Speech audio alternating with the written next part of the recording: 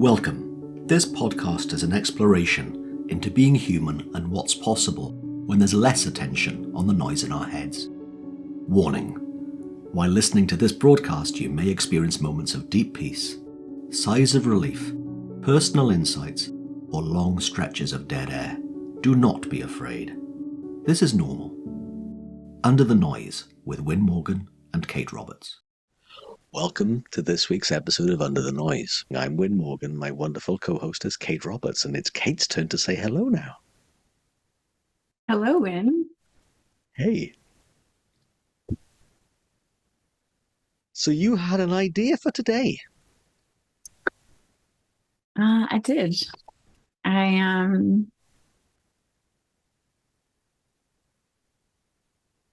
In the brief moments that we spoke before we hit record, there's usually questions that I sit in now. I don't necessarily mean that I sit around and ponder them and just stare up at the sky. It doesn't feel like that. It feels like something is interesting, or I'm wondering about something, or someone says something and it lights up a question, and I don't search for any answers. I just like being in the question a lot more than I used to, and get a feel for what the answer is when it shows up. And it usually shows up eventually. But I'm usually sitting in a few questions. And one of those questions was, why do we seem to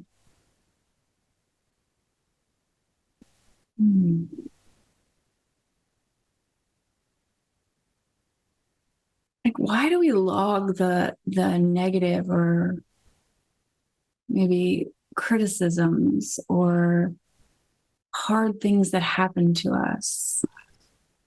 Why do we seem to make those so much more important than all the really magical or beautiful things that happen? Or even just the everyday gifts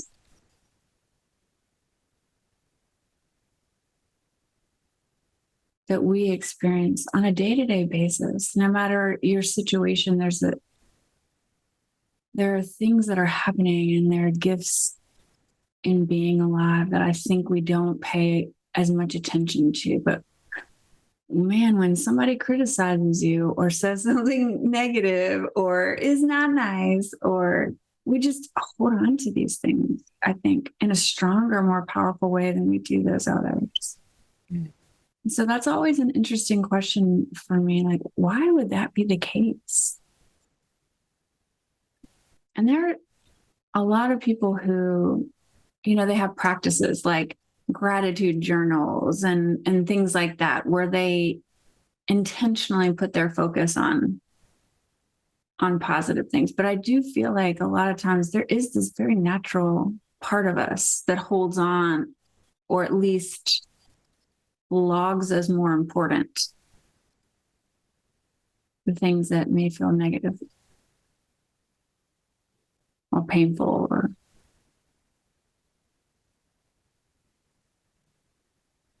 and I think that's an interesting question. And then you said, it came up in a conversation earlier today. So that's how we knew that was a cool topic to start with. Yeah.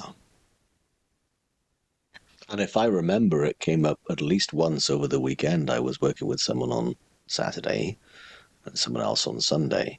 And I'm pretty sure it came up with one of those two people as well as an earlier conversation with a client today. And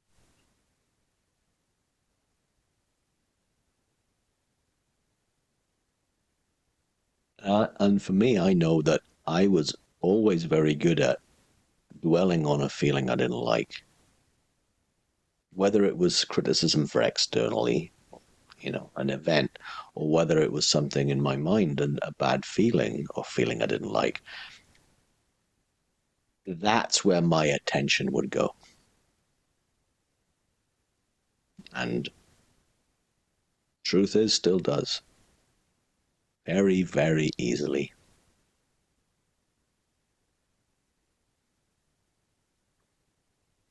My initial reaction to the question why is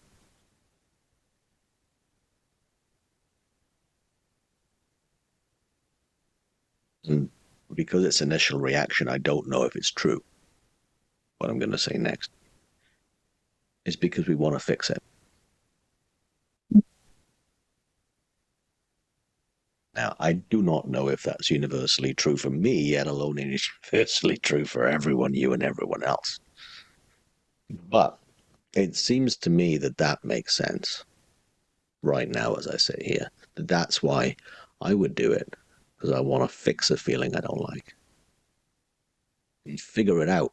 If I've done something wrong that caused a criticism or hurt somebody else's feelings, and therefore I'm told that, then it would be something I want to fix about me. To not do that thing again or feel this again. The more I figured it out and thought about it, the less likely it would be to reoccur. So I'd fix me and fix it in order for this to not happen again in my feeling state. I don't know if that's just a thought I'm having right now or a truth. What was your conversation like around this topic? Either one, from the weekend or from this morning. Like, how did it go? Well, I'm not sure about the weekend one because my memory isn't so good. But I know the one this morning, it was, what is in us of all the things we think about, some beautiful things that we must think about life and ourselves, that are just like, clouds in the sky that go, and leaves this time of year in the northern latitudes that will just fall and blow in the wind. How come they are so easily transient, temporary, come and go? And then the ones that aren't would be something for us to think about and think about and think about. And therefore, the more we think about it, the more it doesn't look like thought now. It can become an identity. And that was what was happening in this person. This person would have a repetitive thought about themselves that they didn't like, a judgmental thought about themselves they didn't like. And because they'd had it so often, and every time they had it, they'd think about it a lot. It had a life of its own, and it looked like it had true meaning in it, as opposed to a made-up meaning made of a temporary thought. So it didn't look like thought, and it didn't look like the meaning was made up. And it's like us, right? We'll brush away a compliment and take on anything that's the opposite. So that was the kind of conversation of how that went. And I don't know what they took from it yet. I don't know. We speak again next week.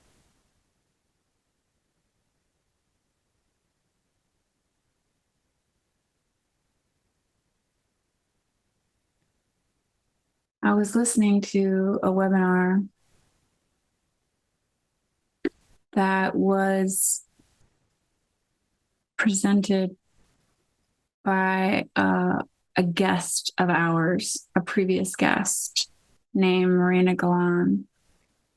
And she wasn't speaking about this for the most part, but she said something.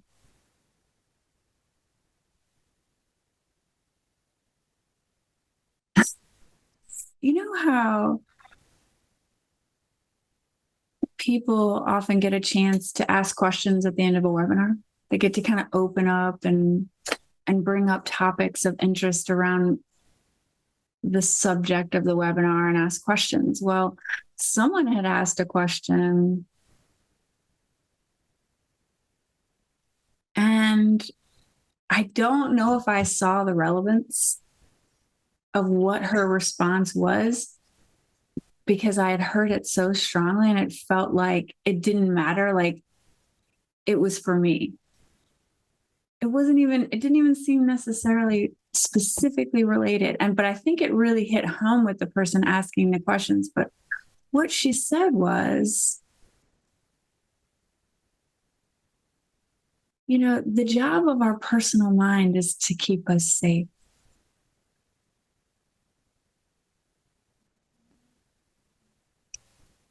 From all the things that could possibly harm us emotionally or physically. And so it's going to take that information and treat it as more important, because there's a possibility of pain or suffering or physical harm. And so it will take that information and play it out as important. And essentially kind of, these are not her words by any means. I'm sure she said it much more eloquently than I am. But it will not only log it in your mind as data as more important so that you can avoid being hurt in some way or uncomfortable, right? But it will also create all the things to prove its truth. Memory, sound, video, and our, images, all of it to support that. And when I heard her say that its job is to protect you, so it's going to log these small threats, these criticisms, these hurtful things in life, these negative emotions, or it's going to make them more important in order to keep you safe. It doesn't need to keep you safe from these wonderful gifts in life, right? And that's the closest that I've ever heard that felt, when I heard it, as truth. Oh yeah, that makes sense to me. Of course it does. And we put all this meaning around it, right? We put all this meaning around it, but really it's just information. Just information. Yeah. And it's got to make it more important than anything else, because its job is protection.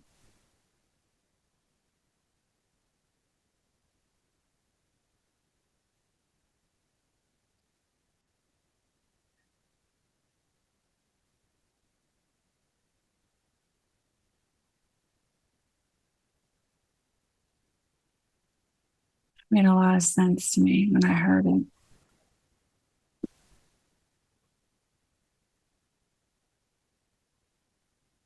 Just doing its job.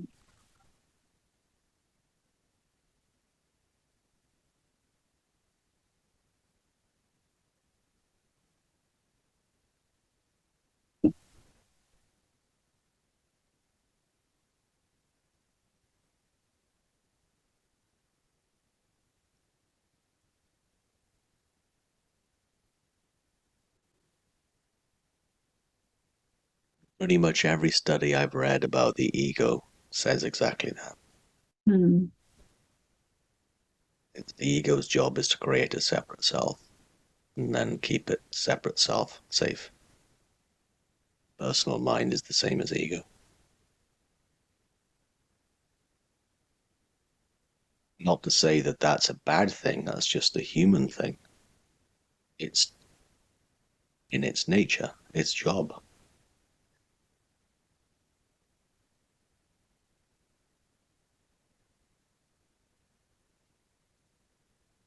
The thing that I love to notice in this conversation that we're having now is the pondering of how much it does for us when we understand that, as opposed to think even that could be wrong. Nope, that's just the human being, personal mind, also called ego, doing its job. Nothing more, nothing that we can override.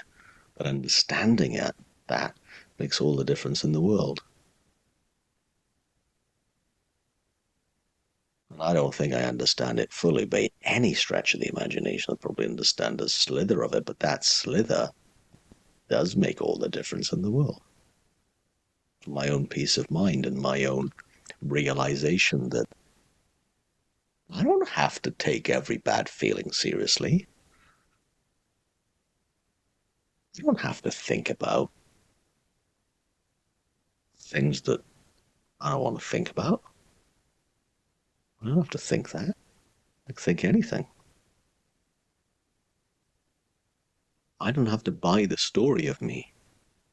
My personal mind might serve up.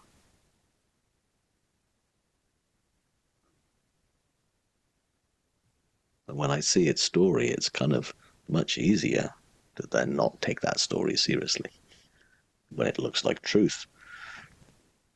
And it will, to your point, it will look for evidence to back up its hypothesis. I think it's called cognitive bias. We will scour our memory banks and scour the world to back up the hypothesis that, I suck. Therefore, okay, let me now find all the proof. It's a bias. And of course we'll find it. And a lot of the time what we find is just a different slice of our imagination to back that up. Or a 2 points out of a million back it up, as opposed to the 0.99, whatever it is, million. That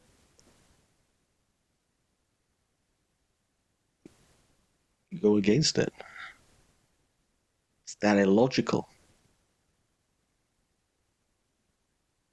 Another way of saying it is, we're great at blowing things out of proportion and not seeing things straight.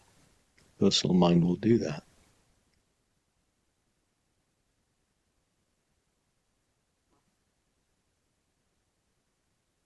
I come back to these days the simplicity of pondering. The feeling tells me. The feeling is the clue. If I'm feeling crummy about me, it's the illusion.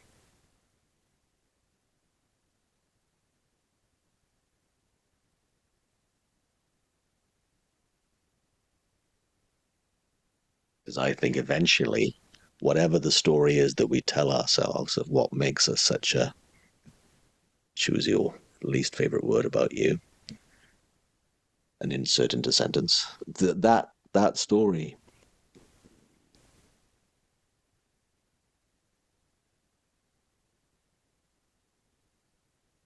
can't be true, because the truth of who we are is nothing like that. And anything that we do is a human being a human. Me anyway, that's what I'm seeing more and more, is that the only thing I'm ever guilty of is being a human being. And given the fact I'm a human being, it's a bit futile to give myself a hard time for being a human.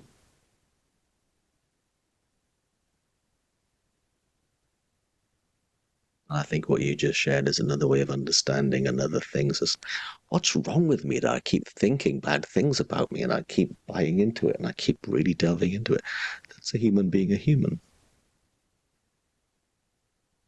Doesn't mean we need fixing.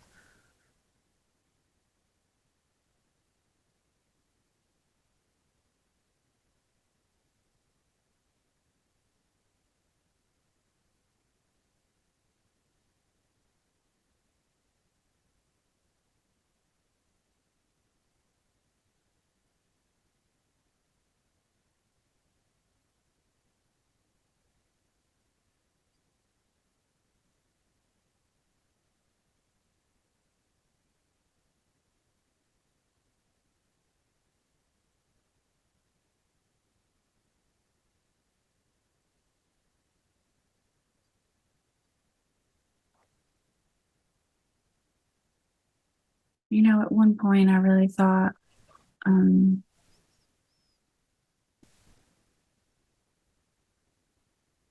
it probably goes back to the importance that our personal mind puts on these things. But it really felt like my job to get to the bottom of it. You know, things that were not my preferences or things that hurt or were uncomfortable. And I had this experience a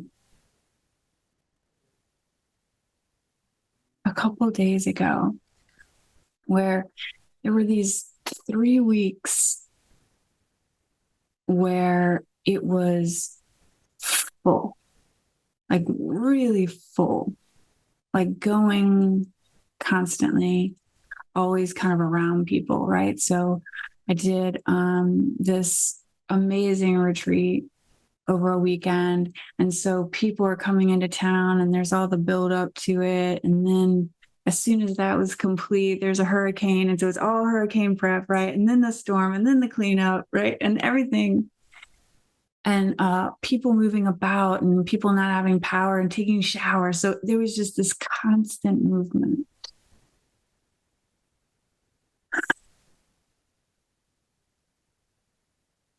And I was having a conversation with my sister and I just said, you know, I feel like one of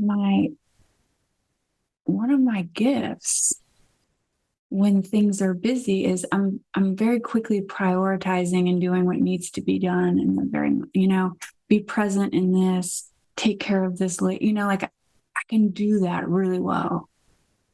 And things are coming in, information coming in, not all information that I like, but I log it, I move it to the side and I focus on what's, you know, because that's just one of my gifts. I don't know if it's like being a teacher or whatever, you know, you're constantly logging things, right? And I remember telling my sister, you know, I know it's going to catch up with me. I can feel it. I really kind of need to maybe look at some stuff that showed up that I just didn't have the time or space to really look at. And she's like, I'm wondering if life won't take care of that for you. And as soon as she said it, I was like, yeah, like something's going to come up that maybe I needed that information and life's going to be like, zoop, and all of a sudden it's there and it's present for me without me doing any work on it. I didn't have to drudge it up from the past and write about it and talk to people about it. It was like, here's this new thing that life's presenting me. I've got this information. It's coming to my mind, informing me of where to go next. And I was just like, oh. Because anytime I realize or some insight shows up that's like, there's less to do, I just know it's true. It feels true that there's less for me to do. Like it's not on me to analyze anything. If I need that information, it will be there to inform me in the moment. That was really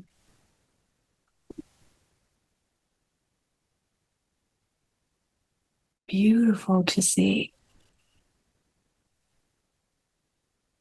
Because if I don't need to dig in and make it personal, but it might inform me in the moment, and it's not on me to do.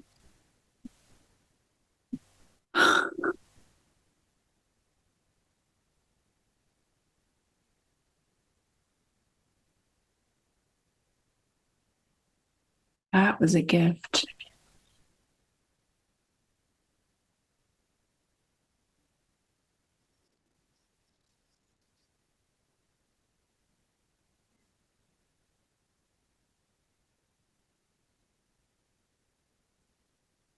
it felt like I really haven't talked about this much, but it felt like wisdom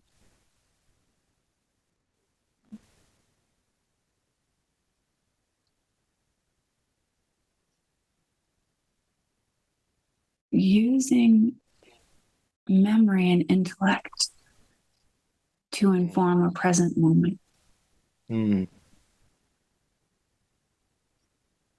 Not my personal mind using it to create whatever. It felt like wisdom from here, using my intellect to inform me in the present moment.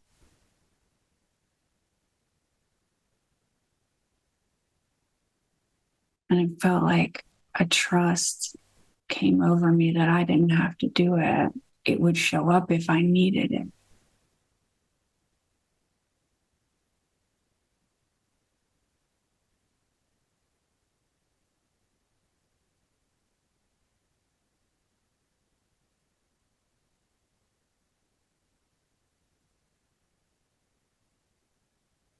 Did you hear anything in that?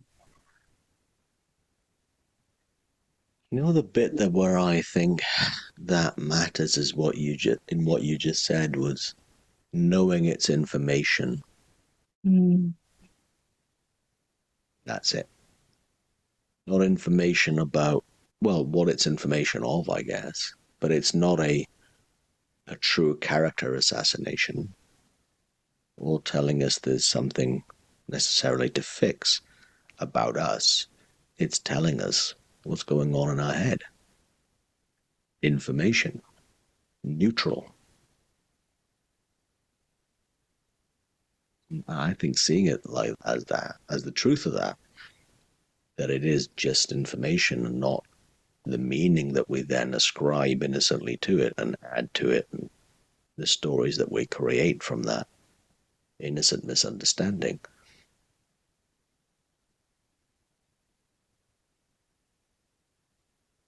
Seen as information itself, of course it's wisdom. Real time telling us what's going on in our head. And telling us the story of our life. It's a now piece of information. Yeah, okay, from memory and from echoes and stuff, but it's still always now. I find that just a lovely thing to remember when I'm lost. Lost in that story. Digging into the feeling, hoping I'll never feel it again. That, yeah. Wait a minute. This isn't. Yeah.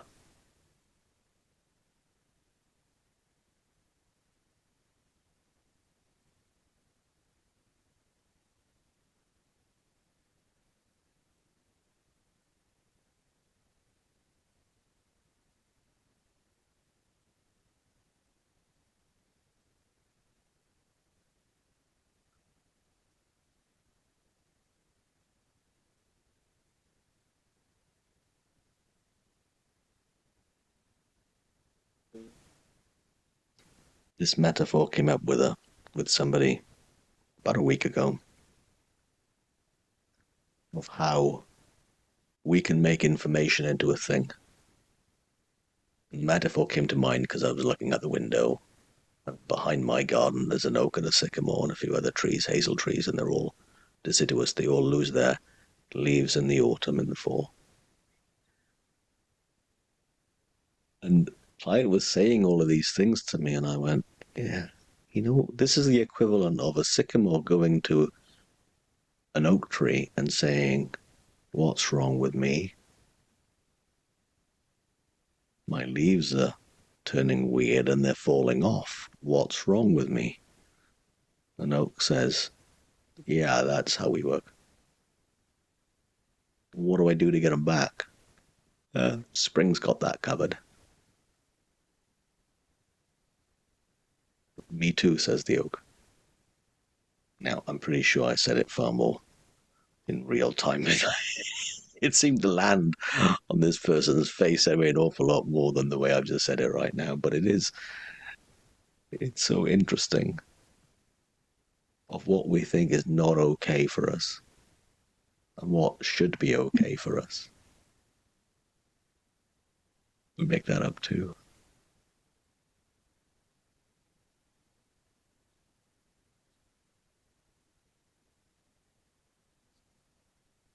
And again, I think the wisdom in the feeling, you talked about gifts earlier on, the gift of the feeling of that is telling us, I've taken information that's meaningful and personal.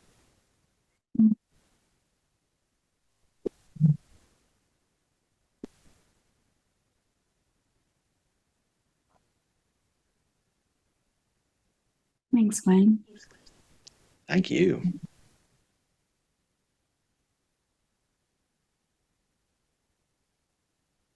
You've been listening to Under the Noise. I'm Kate Roberts, and I'm here with Wyn Morgan. If you have any ideas, suggestions, thoughts, feedback, comments, we'd love to hear from you. Our details follow this podcast. And we hope you have a wonderful week. Thanks for joining us. We'd love for you to subscribe, rate, and review. If you have a topic or question that you'd like us to chat about, email Wyn or Kate at wyn@winning.co.uk and kate@katerobertscoaching.com. Until then, enjoy what's possible under the noise.